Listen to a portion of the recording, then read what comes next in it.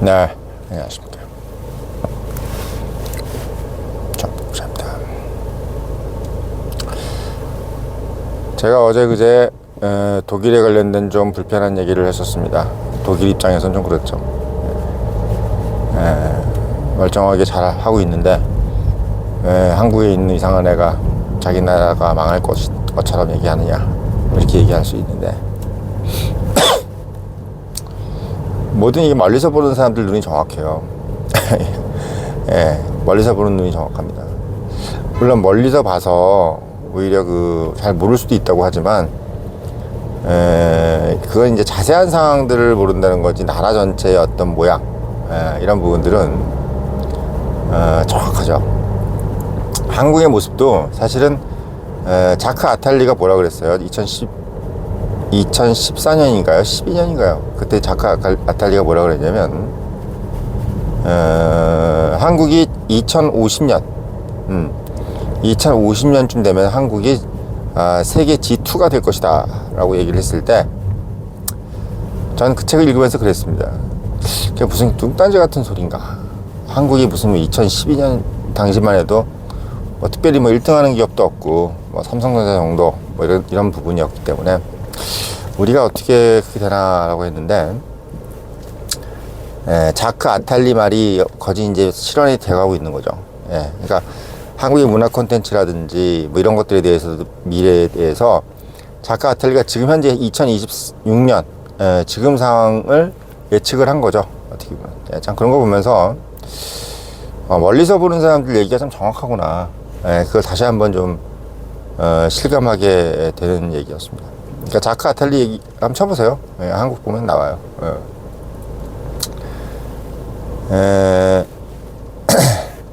마찬가지로 제가 이제 그 독일에 대해서도 말씀을 드렸던 것처럼, 지금 독일이 미국하고 좀 안 좋죠. 물론 뭐 이제 총리가 뭐 바짝 쫄아가지고 뭐 얘기했다고 하는데, 사실은 지금 독일이란 나라가 지정학적으로 봤을 때 다시 옛날 19세기 이전으로 돌아가는 느낌이 아닌가. 19세기 이전, 그러니까 비스마르크 이전이죠.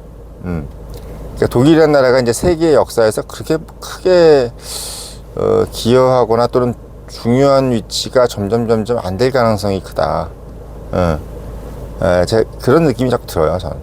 왜냐면 지금 세계의 중심이 해양 자유 연합이라는 것도 있지만, 이 바다를 끼고 있지 않은 나라와 바다를 끼고 있는 나라는 그 운명 자체가 완전히 틀릴 가능성이 되게 높는 그런 상황인 거죠. 에너지의 이동도 그렇고, 지금 독일이 에너지 때문에 상당히 힘들어하고 있잖아요. 에너지 때문에 엄청나게 힘들고, 전기세라든지 가스비가 올라가지고 엄청나게 힘들어하는 상황. 거기다 안보까지 지금 이제 러시아한테 잡혀 있죠. 가스나 이런 것들이 러시아를 통해서 들어오게끔 만들어 놔가지고 이런 상황입니다. 그러니까 영국은 그나마 이제 북해 유전이 있으니까 그래서 그나마 좀 덜 위험한데, 그게 완전히 영국의 수요를 다 하지는 못하는 걸로 제가 알고 있는데, 영국은 이미 좀 찌그러져 가고 있죠. 영국은 찌그러져 가고 있고, 오히려 지금 아일랜드가 뜨고 있고, 그러니까 지금 유럽이란 지역이 좀 치우쳐 있잖아요. 그러니까 우리가 지금 태평양 시대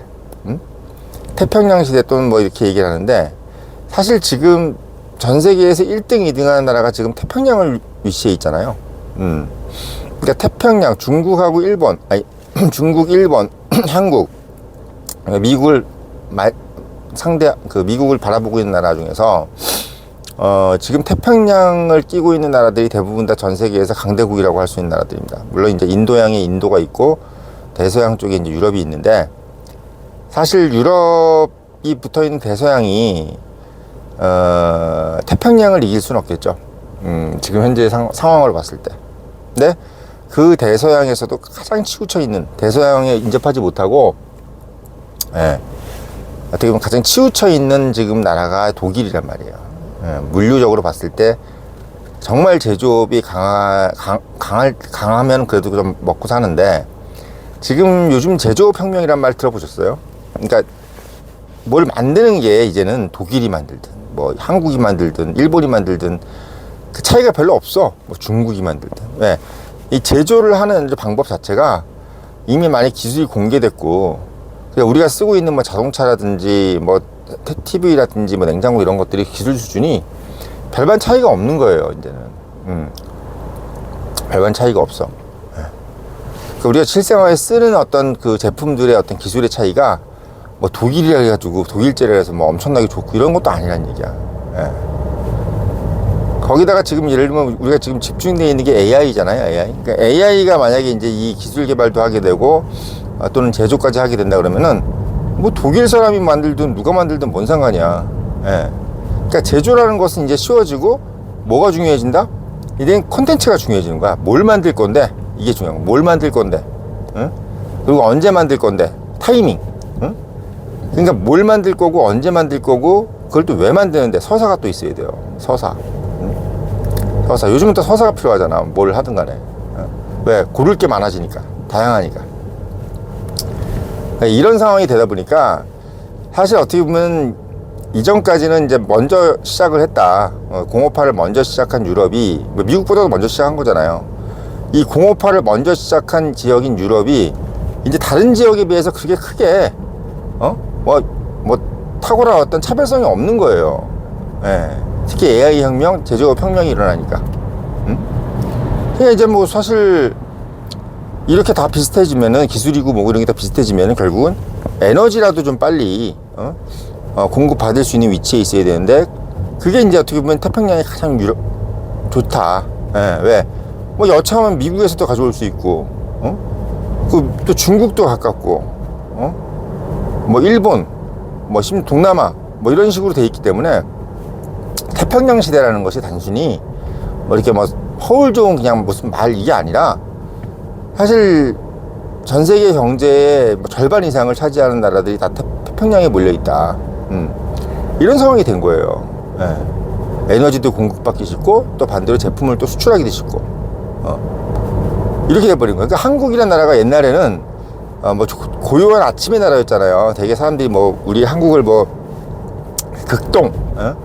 극동이라 했잖아. 파이스트 극동.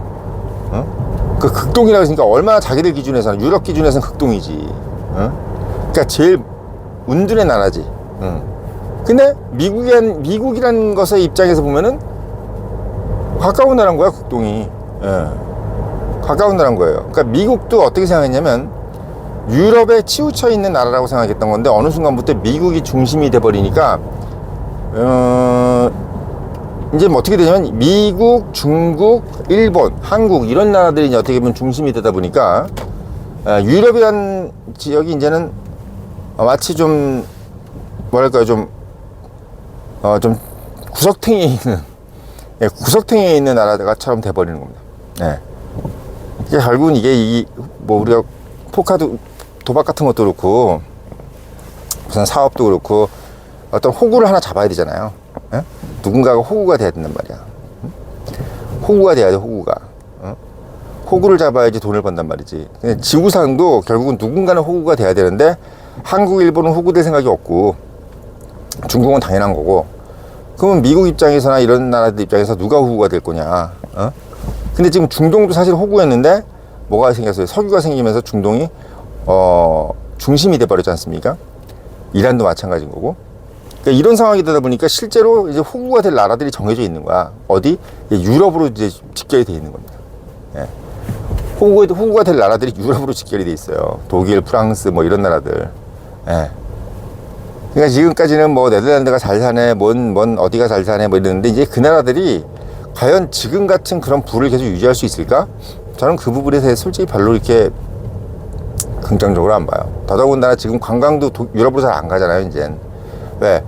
아유, 맨날 뻔한 거, 뭐, 그거, 뭐, 그리스니 어쩌니, 뭐, 아유, 뭔 그런 얘기들도 이제 지겹고, 뭐, 유럽 어쩌고 하면서, 아유, 뭐, 로마, 뭐, 아유, 맨 똑같은 얘기. 그냥 쉬러 간다. 우리 동남아로 쉬러 갈래. 뭐, 이런 거. 일본으로 쉬러 갈래. 이게 쉬러 가는 게 이제는 뭐, 그, 우리보다 그, 문화 수준이 높은 나라를 뭐, 보러 가고 학습하러 가고 이런 개념이 아닌 거야. 그러니까 유럽이라는 나라가 옛날에는 뭔가 우리들의 오리진, 문명의 근원, 그리스 아테네, 뭐 이런 개념으로 해서 우리가 어떻게 보면 인생에 한 번 어떻게 찾아가서 좀 들어야 되고 봐야 되고 배워야 되고 막 그런 나라였는데, 어느 순간부터 유럽에 있는 나라들이 그냥 이제 치우쳐 버리는, 뭔가 이도 저도 없고 뭘 잘하는 것도 별로 없는, 제조업이나 공업화가 대단했었는데 그것도 뭐 페라리니 뭐 람보르기니 뭐 아우디니 이런 것들도 뭐 그냥 전기차하고 별반 다른 것도 없는 것 같은 느낌이 드니까, 요즘 아시겠지만 저도 사실 스포츠카가 하나 있었거든요. 팔아버렸어요. 왜? 아니 뭐 낡았더라고. 뭐 그런 거 타고 다니는 것도 좀 이상하고. 근데 제가 한 40대쯤 됐을 때는 그게 나름대로 로망이었다고. 그래서 제가 보다 40이 넘어서부터는 40까지는 제가 차가 없었습니다. 왜? 제가 좀 좋아하는 차를 살려고 좀 아낀 거지. 그래서 일부러 차를 안 샀어요. 그러고 나서 42인가? 그때부터 차를 샀는데, 그때 이제 제가 이제 뭐 좀 제가 원하는 차를 한번 사봤는데, 한 50 넘으니까, 아유, 뭐 좋은 차고 나쁜 차고 그런 데 관심도 없어, 솔직히. 나만 그런 게 아니라 웬만한 사람들이 다 그렇더라고요. 뭐 한 큰 뭐 슈퍼카네 뭐래 그런 것들도 너무 흔해. 예. 너무 흔해요. 옛날에는 그런 것들이 되게 좀 희귀성이 있었는데, 지금 뭐 길거리 다니는 게 다 뭐 뚜껑 열린 차들이고 뭐 이런 거니까 흔해. 예, 흔하더라고요. 그리고 뭐 차 이런 게 뭐 굳이 어떤 뭐 그 사람이 돋보이게 하는 것도 아니고 그냥 뭐 그런 차 타고 다니네 이런 느낌이야. 그러니까 그런 차를 지금까지 만들었던 나라들, 뭐 이탈리아의 페라리라든지 뭐 이런 것들도 옛날만큼 그렇게 막 동경의 대상 이런 게 아닌 거예요, 이제는. 예. 그러다 보니까 그냥 그 나라들의 만드는 것들이라든지 뭐 이런 거, 지금 보면 독일 포르쉐도 지금 이익이 급감했어요. 예. 독일 포르쉐도 이익이 급감했어. 람보르기니 뭐네 이런 것들도 이제는 중국 애들이 그걸 안 쓴대잖아요, 명품을. 예. 이제 지들도 할 만큼 한 거지. 뭐 명품 가지고 뭐 자랑질하는 것도 할 만큼 한 거야. 뭐 가방도 그렇고 뭐. 그러니까 프랑스도 이제는 자기들이 좀 가지고 있던 그 문화적인 유산 있잖아요. 뭐 기계는 독일이고 명품은 프랑스고 뭐 이런 것들. 이런 것들이 이제 다 퇴색돼 버리니까 그걸로 밥 먹고 살던 애들이 이제는 별로 그렇게 크게 없는 겁니다. 저도 요즘 명품 산 지가 거의 없어요. 명품 거의 안 샀습니다, 요즘에. 뭐 그냥 굳이 뭐 이렇게 사야 되나 뭐 이런 생각도 들고, 웬만하면 그냥 일반 거 사요. 근데 20, 30대 때는 막 명품 사야 되고 막 이런 생각이 들었던, 그러니까 그런 이제 시대가 아닌 거야, 시대가. 그러니까 유럽이 지금까지는 되게 막 폭리일치해 왔던 것들 있잖아요. 그런 것들, 뭐 명품, 뭐 차, 뭐 이런 것들이 이제는 그게 유럽이 차별화를 갖지 못하는 시대가 돼버리는 겁니다. 당연히 이제 치우치겠지. 이제는 별로 그게 이제 그 나라들이 이제 돈을 못 벌기도 하고 이제 부각이 안 되는 거예요. 그런 시대가 온 거예요. 그러니까 제가 엊그저께 독일 얘기를 하는 이유는, 사실 독일이 뭐 미국한테 이제 밑보여가지고 지금 저렇게 된 것도 있는데, 기본적으로 이제는 미국도 아무리 밑보여도 독일이 좀 중요한 나라면 당연히 주 동미군을 안 빼겠죠. 근데 지금 보면 이제 중요한 나라가 아닌 거예요. 별로 이렇게 뭐 이렇게 지켜야 될 나라가 아닌 겁니다. 그러면서 이제 어떻게 보면은 독일도 이제 좀 약해지고 그걸 시그널로 보여주는 거예요.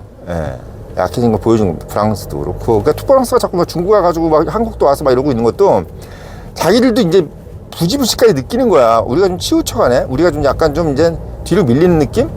이건 아니까 자꾸 이제 누구야 그 마크롱도 중국 왔다 갔다 하고 한국도 와서 막 이것저것 얘기하고 막 이런 것들도 본인들이 자꾸 뒤순위로 밀리니까 자꾸 이거 왔다 갔다 하는 겁니다. 지금 한국도 그런 분위기인 거예요. 그러니까 우리가 원해서 선진국이 되는 것도 아니고, 원한다고 다 될 것 같으면야 뭐 방글라데시 이런 나라들이 왜 선진국 한대. 이유는 다 한 가지입니다. 때가 된 거예요. 우리가 이제 그런 때가 된 겁니다. 그런 때가 된 거다. 그래서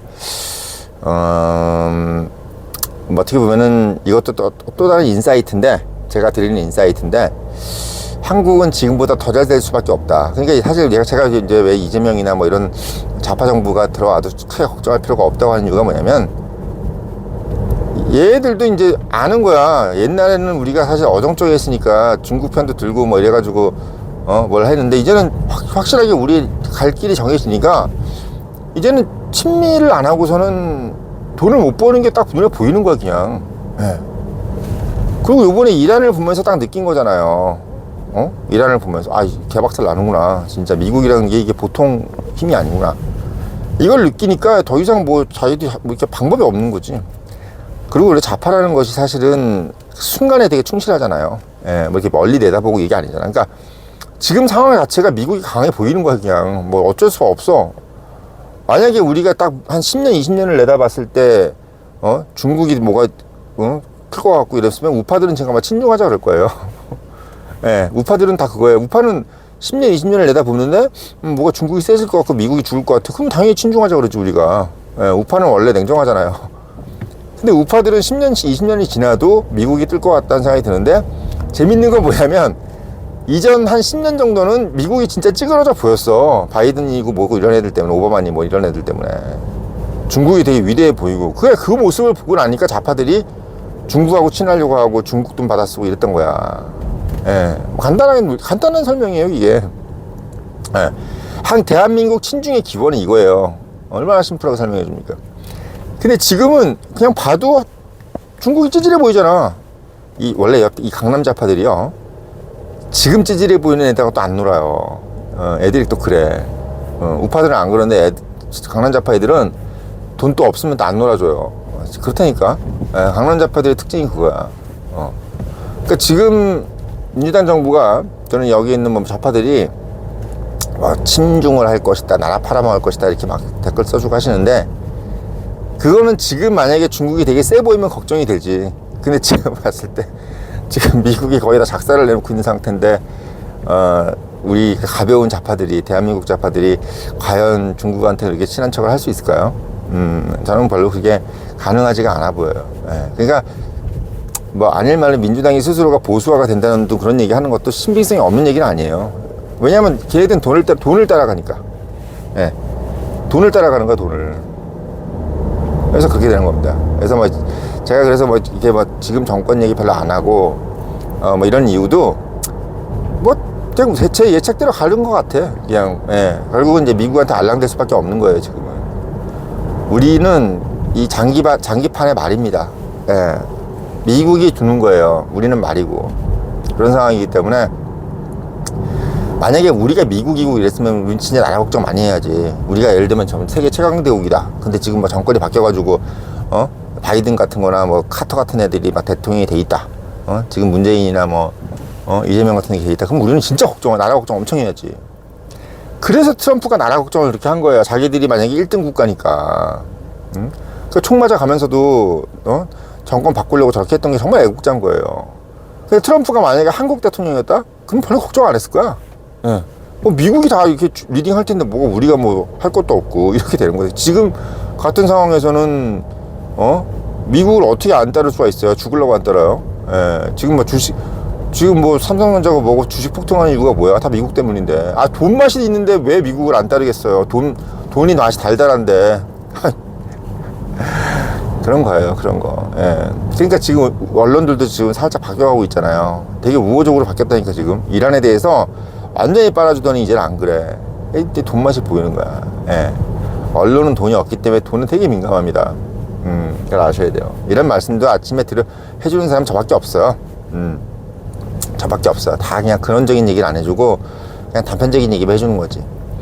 아침에 이런 얘기 딱 들으면 이제 미래가 보이고 길이 보이죠. 제가 드린 말씀은 독일이 됐든 뭐 유럽이 됐든 이제는 옛날 유럽이 아니다. 이제는 정말 미국 중심의 세계관을 정말 이제는 당연하게 여겨야 된다. 예전에는 우리도 그렇게 여겼지만 지금은 더더욱 당연하게 여겨야 된다. 이런 말씀 드리려고 영상 올렸고, 늘 말씀드리지만 이런 인사이트를 가지려면 본부장이만 한다.